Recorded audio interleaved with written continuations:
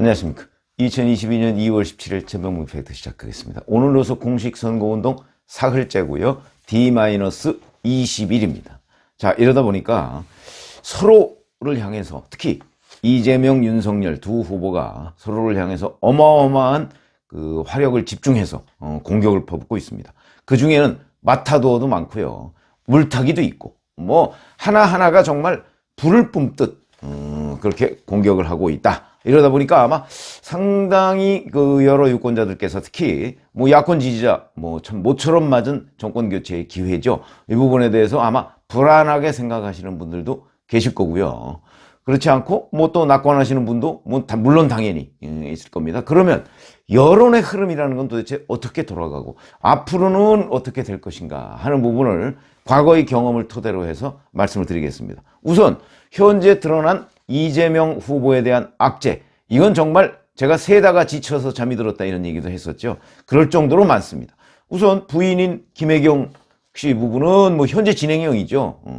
진행형이고, 그 다음에 어제 나온 게 성남시장 당시에 하루에 무려 점심 식사 9차례, 저녁 식사 9차례 해서 18끼를 먹었다. 이런 그 거의 홍길동 같은 신공을 부렸다 하는 것도 팩트로서 드러나 있고요. 이것도 역시 악재고, 여기서도 성남시장 당시부터 이재명 후보 자택 순회동에 있죠. 그 순회동 주변에서 법인카드 결제가 많이 이루어졌다. 그러면 경기도지사 때 법인카드 횡령, 이 부분이 결국은 성남시장 때 잉태된 것 아니냐, 그때부터 비롯된 것 아니냐, 이런 의심을 충분히 해볼 수 있는 부분이 이것도 악재고, 그 다음에 등판하는 지원군들, 뭐 추미애 전 법무부 장관, 김의겸 의원, 뭐 잘 아시다시피 이 사람들은 결코 이재명 후보한테 도움이 안 된다. 그런데도 지금 나서고 있거든요.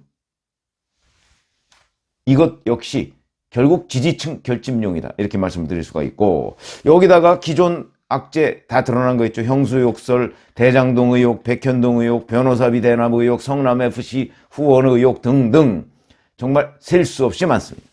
다 이런 것들 지금 검찰에서 묻어두고 뭉개고 있는 중이죠. 뭐 이 중에 어느 하나만 터져도 사실은 치명적일 수 있는데, 근데 여론의 흐름은 그렇게 가고 있지 않다, 이런 겁니다. 윤석열 후보 악재, 뭐 잘 아시다시피 김건희 씨 관련 뭐 7시간 45분 녹취록 얘기 있는데, 그거는 이제 뭐 거의 일단락 됐죠. 그 다음에 주술 논란, 뭐 이런 거, 신천지, 이런 것들은 지금 이재명 후보 쪽의 공격이지, 사실 뭐 주술 논란은 일부 윤석열 후보가 빌미를 제공한 측면이 있지만, 나머지 뭐 신천지 같은 거는 마타도어입니다. 그럼에도 불구하고 이것이 일부 국민들한테는 먹히고 있다. 이거는 그만큼 여당이 장악하고 있는 여론 지형, 이게 결코 그렇게 간단한 상황이 아니다 하는 것을 우리가 그대로 보여주는 대목이다, 이렇게 얘기를 할 수가 있고, 뭐 주가 조작, 이 의혹은 사실상 작년 12월 초에 끝난 겁니다. 그때 관련해서 주범, 종범, 공범이 다 재판에 넘어갔는데, 김건희 씨 거만 91명 중 투자자 중에 한 명인데 김건희 씨 거만 계속 수사, 이런 식으로 어찌 보면 이 주가 조작 의혹과 관련한 검찰의 수사 결과 발표는요, 오히려 윤석열 후보한테 호재가 돼야 되는데, 지금 여권이 그걸 교묘하게 활용을 하면서 유리한 언론 환경을 바탕으로 공세를 펴고 있으니까, 그러니까 이게 오히려 악재인 것처럼 이렇게 지금 둔갑하고 있는데, 어쨌든 이런 사실이 있습니다. 그래서 작년 11월 달 이후에 지금까지 이제 거의 뭐 일주일에 한 번씩 한국갤럽이 조사를 하고 있죠. 뭐 여러 여론조사 기관이 있지만 그걸 기준으로 따졌더니 8번 있었습니다. 그러니까 윤석열 후보가 그 국민의힘 대선 후보가 된 이후에 그 조사 결과를 다 따져봤더니 그 중에 6번이 두 사람이 오차범위 내에 있습니다. 이재명 후보는 34에서 37, 윤석열 후보는 31에서 36. 진폭이 그렇게 크지 않았습니다. 두 번의 예외가 있었는데요. 한 번은 국민의힘 경선 컨벤션 효과가 있었던 때, 이게 11월 16일부터 18일까지, 이때 이재명이 31%, 윤석열이 42%까지 올라간 적이 있고요.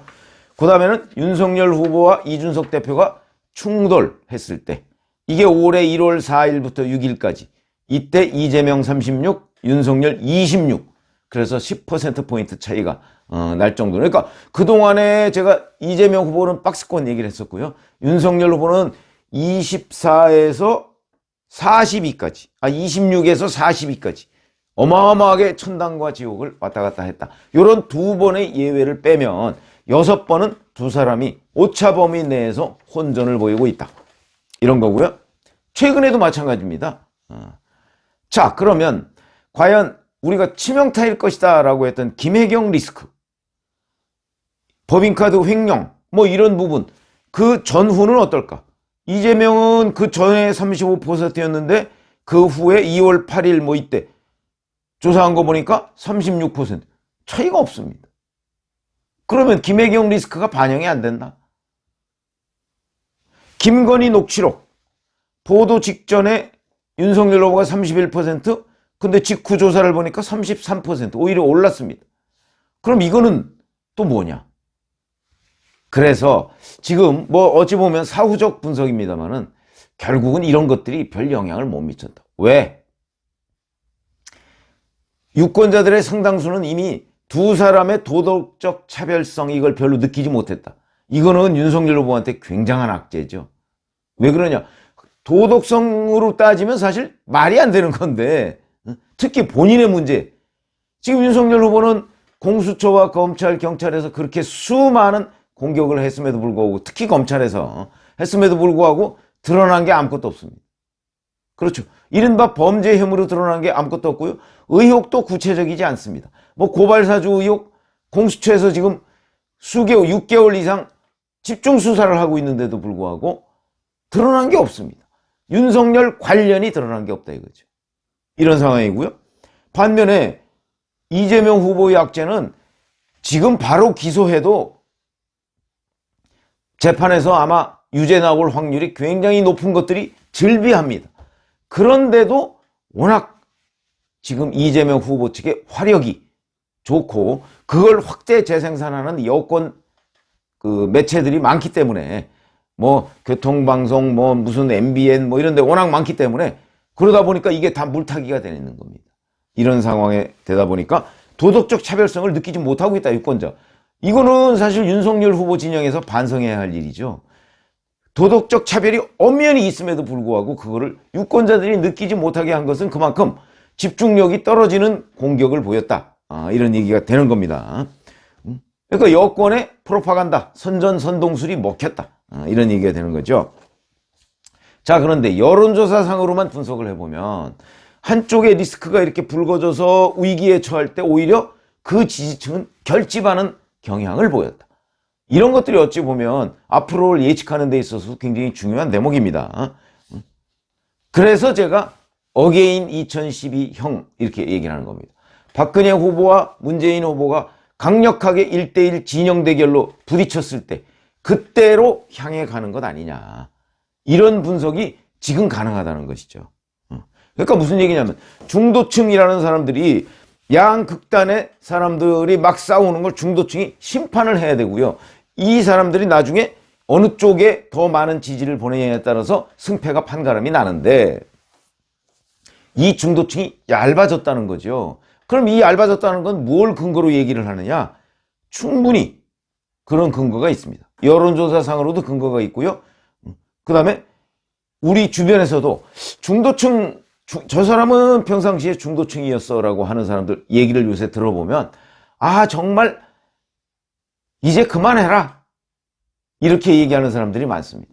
너무나 이 공방의 그 수준이 낮다 이런 걸 의미하는 거죠. 뭐 구두발이 어떻고 뭐 그다음에 뭐 8년 전에 흡연이 어떻고 뭐 이런 걸 비롯해서 뭐 신천지가 어떻고 뭐 객관적으로는 아닌데. 그러니까 이렇게 보시면 됩니다.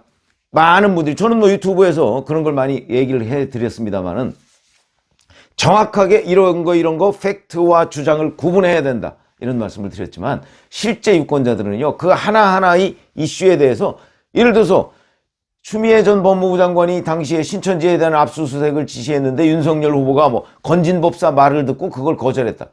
거짓말이거든요. 그런데도 그걸 막 와서 그런 거짓말들을 여권 매체와 여권 패널들이 와서 하면 그걸 정확하게 우리 같은 사람은 구분하지만 일반 유권자 특히 중도층은 아주 관심을 많이 갖지 않으면 구분이 잘 안 됩니다. 바로 그런 데서 오는 지지층 결집 현상이죠. 지겹다 뭐 그냥 이러다 보니까 오히려 양쪽 지지층은 결집하고 중간지대는 줄어들고 있다. 이런 상황이 되는 겁니다. 그건 중간지대인 안철수 후보와 심상정 후보가 그만큼 힘을 못 쓰고 동력을 잃었다. 뭐 이런 얘기하고 똑같은 얘기입니다. 자, 그러면 이게 뭐 잉태된 거는 뭐 일부 언론 매체를 보니까 3년 전에 조국 사태 때 광화문 시위와 서초동 시위로 쫙 갈라졌다. 뭐 저는 쫙 갈라졌다고 생각은 안 하지만 광화문 시위가 국민적 공감대가 더 있었고 그다음에 그에 대한 중도층의 지지가 상당했기 때문에 여권이 총력 방어를 했음에도 불구하고 지금 윤석열 후보가 이렇게 야권의 제1주자 그리고 오차범위 내이긴 합니다만 한국갤럽 조사에서도 1위를 유지할 수 있는 것. 이게 바로 그때 광화문 시위에 대한 그 국민적 공감대가 더 높았다. 이걸 의미하는 것이라고 보여주죠. 어찌됐든 간에 거기서부터 잉태해서 양측 진영 대결이 강화됐다. 그리고 지금 이 시점에 공식 선거 운동이 시작되니까 그 진영 대결은 오히려 더 그 강도가 높아지고 있다. 이런 얘기가 되는 겁니다. 근데 그 유사한 조사가 또 있었습니다. 한길리서치가 조사한 걸 보니까요. 가장 최근의 조사죠. 오늘이 17일이지만 12, 13, 14 이렇게 조사를 했는데 이재명이 41.9, 윤석열이 42.4, 0.5%포인트 차이입니다. 이거는 뭐 실제 만약에 투표를 했다 그러면 누가 이길지 모른다. 뭐 이런 얘기하고 비슷한 얘기죠. 근데 여기에서 열흘 전 이 똑같은 한길리서치 조사하고 비교를 해봤더니 양강은 오히려 올랐습니다. 이재명은 1.5%포인트 올랐고요. 윤석열은 3.9%포인트 올랐습니다. 그러니까 열흘 전에는 이재명 후보가 오차범위 내에서 앞서다가 이제 오차범위 내에서 둘 다 오르긴 올랐는데 이재명은 조금 올랐고 윤석열은 조금 많이 올라서 오차범위 내에서 윤석열 후보가 앞섰다. 이런 얘기가 되는 겁니다. 그러니까 열흘 전과 지금 모두 오차범위 내입니다. 두 사람의 지지율 격차는. 그런데 열흘 전과 비교해서 조금씩 올랐다. 지지층이 결집하고 있다는 얘기죠. 반면에 안철수 7.2%, 심상정 2.0%인데 이 두 사람은요. 조금씩 하락했습니다. 열흘 전에 비해서. 제3지대가 없어지고 있다. 이게 여기서도 이 조사에서도 입증이 되고 있다는 겁니다. 그러니까 지금 그러면 앞으로 남은 20일 동안 어떻게 될까? 20일 동안 안철수, 심상정과 같은 제3지대 이 사람들이 힘을 쓸 확률은 그리고 추세, 트렌드는 별로 없어 보인다. 더군다나 안철수 후보 선거운동 첫날부터 버스 운전기사가 사고를 당하는 바람에 지금 선거운동 중단된 상태입니다. 어제 뭐 그 상가에 가서 안철수 후보와 윤석열 후보가 25분간 뭐 밀담을 했다. 뭐 이런 보도도 있었는데 글쎄 거기서 무슨 진전이 있었는지는 아직 나오는 건 없습니다만 어쨌든 유세를 중단한 상태고 이렇게 되면은 더 동력이 사라질 가능성이 있다. 그럼 제3지대는 지금보다 그냥 지금 정도로 그치거나 아니면 지금보다 오히려 더 줄어들 가능성이 있다. 그러면 안철수, 심상정 후보는 뭐 물론이고 안철수 후보도 10% 안 될 가능성이 있는데 이렇게 되면 선거 비용의 절반조차 보전을 못 받을 가능성이 있다. 그러면 정말 심각한 일이죠. 물론 안철수 후보는 뭐 돈이 많은 사람이긴 하지만 그런 점들도 단일화 뭐 이런 거에 일종의 변수가 될 수는 있겠다 싶은데 어찌됐든 간에 제3지대가 점점 줄어들고 그리고 양강 지지층은 점점 더 결집하고 이런 현상이 있다. 이거는 결국 2012년에 안철수 후보가 문재인 후보를 도와주기로 함으로써 박근혜 문재인 후보가 치열하게 그 선거전을 펼쳤고 결국 결과는 근소한 차이로 박근혜 후보가 이겼던 2012년형으로 돌아가고 있는 것 아니냐. 이렇게 본다면 결국은 이번 대선은 어느 지지층이 더 강고하게 결집을 하느냐 여기에 승패가 달려있지 않을까.